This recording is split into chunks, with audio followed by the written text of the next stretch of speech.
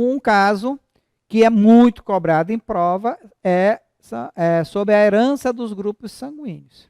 Beleza? Então, agora, o bicho pega. Isso aqui vai aparecer em algum vestibular que você vai fazer. Tá? Então, vamos lá. Muito bem. Então, transfusões e grupos sanguíneos é o nosso tema. Tá? As transfusões vêm sendo usadas desde o século XVII, tá? Com êxito. Às vezes tinha êxito, às vezes morria alguém, né? Tá certo? Então, às vezes não dava tão certo assim, não. Né? O receptor podia ser levado à morte. Isso chamou a atenção, né? E a pessoa foram pesquisar. Tá?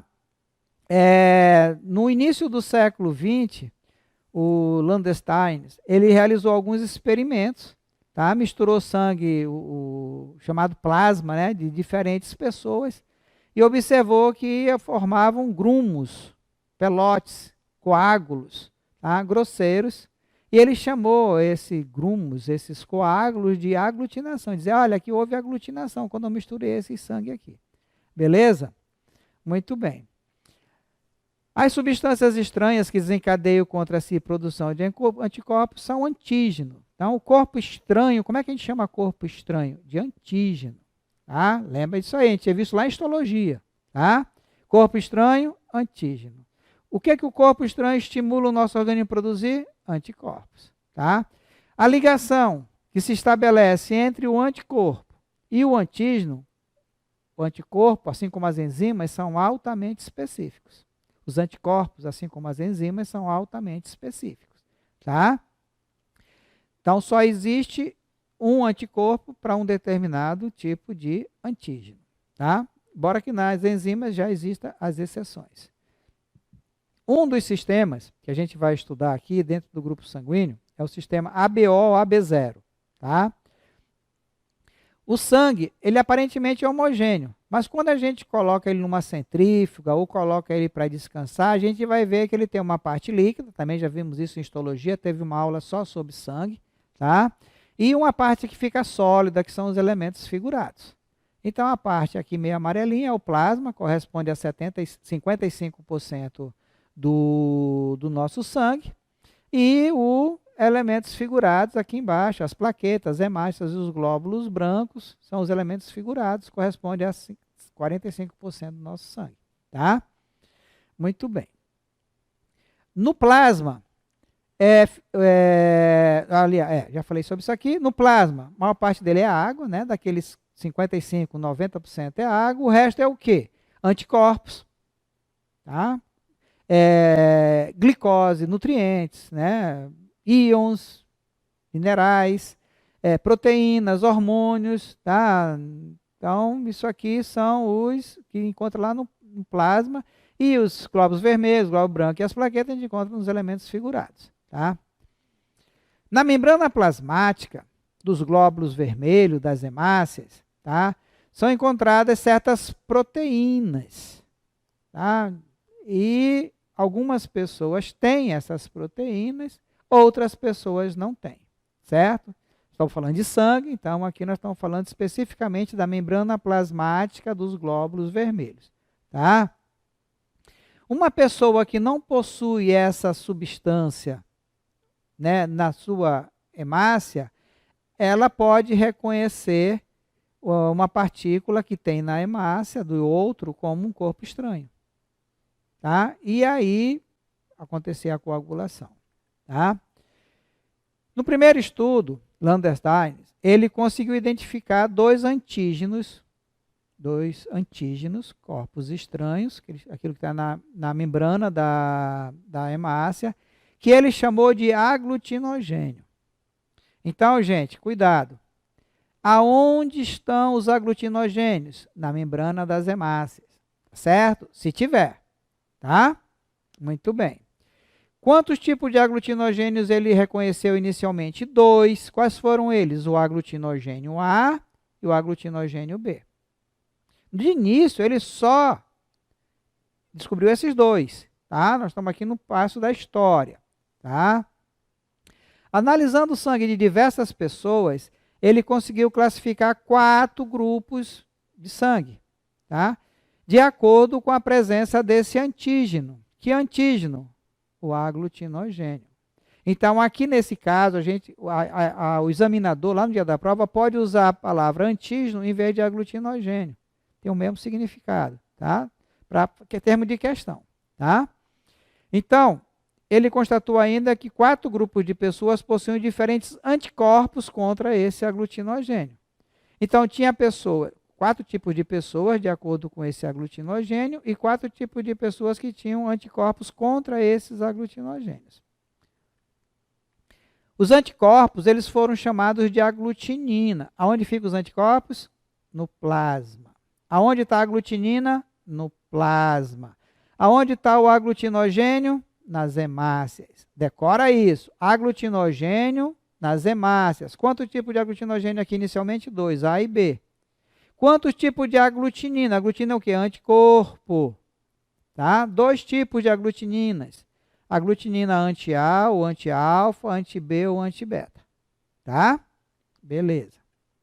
Então, vamos lá para o nosso esqueminha. Quem determina que a pessoa tenha sangue tipo A lá na análise? O tipo de aglutinogênio que ela tem na hemácia. Aqui é uma hemácia. Tá?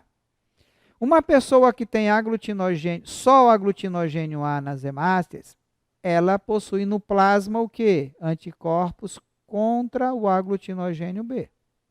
Ela não pode ter contra o A, porque senão ela ia matar ela mesma.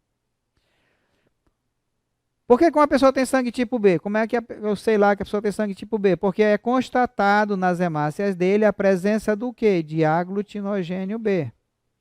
Quem tem só aglutinogênio B nas hemácias, tem que tipo de aglutinina, de anticorpo no plasma? Anti-A. Tá? Quem tem os 2 tipos de aglutinogênio na hemácia, o A e o B, tem sangue tipo AB.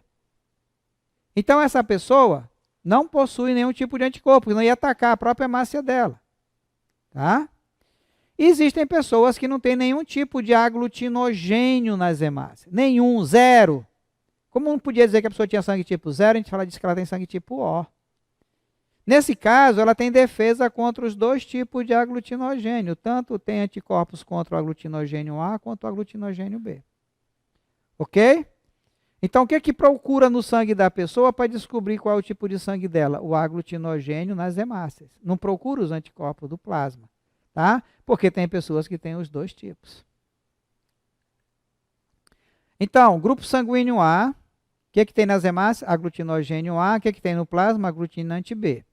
Grupo sanguíneo B, o que tem nas hemácias? Aglutinogênio B, aglutinina anti-A no plasma.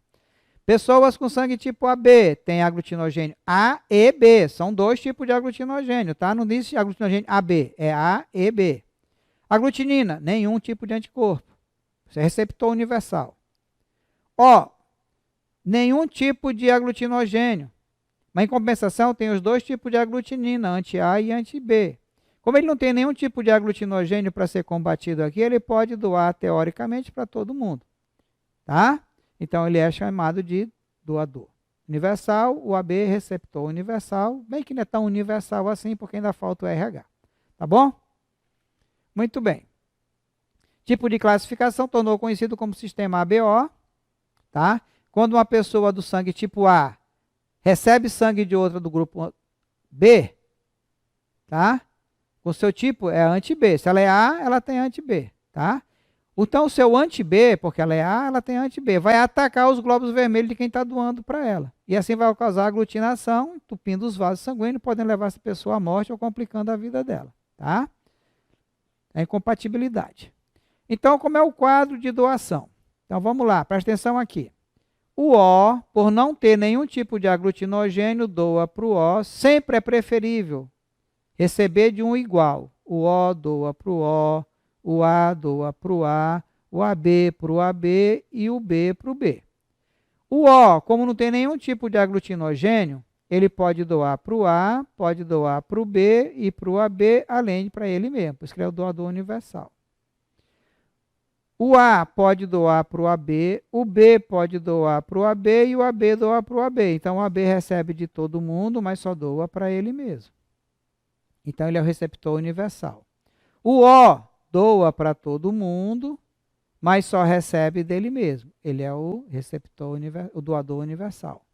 Por que que o O pode doar para todo mundo, se cair isso na prova? Por que que o O pode doar para todo mundo? Porque ele não possui nenhum tipo de aglutinogênio nas hemácias. Por que que o AB pode receber de todo mundo? Porque ela não tem nenhum tipo de aglutinina no plasma. Beleza? A transfusão sanguínea, então, como é que o O pode doar para todo mundo? Porque ele tem anti-A e anti-B. Por que que não ataca o do A, não ataca do B? Porque esses anti-A e anti-B dele se diluem rapidamente e são destruídos, né? A destruição dos glóbulos vermelhos do receptor é muito reduzida, não vai causar muito problema. Mas sempre se prefere do mesmo tipo de sangue, tá? Isso eu já falei para vocês, o O não tem aglutinogênio, doador universal, o AB receptor universal. Determinação genética por 3 genes. Tá? Então, caso de polialelia. Então, tem o gene isão A, tem o gene isão B e Izinho. Iuzão A, Iuzão B e Iuzinho. Tá? O isão A determina a produção do aglutinogênio A. O isão B determina a aglutinação a produção do aglutinogênio B. E o Izinho não determina produção de aglutinogênio. Como é a relação de dominância?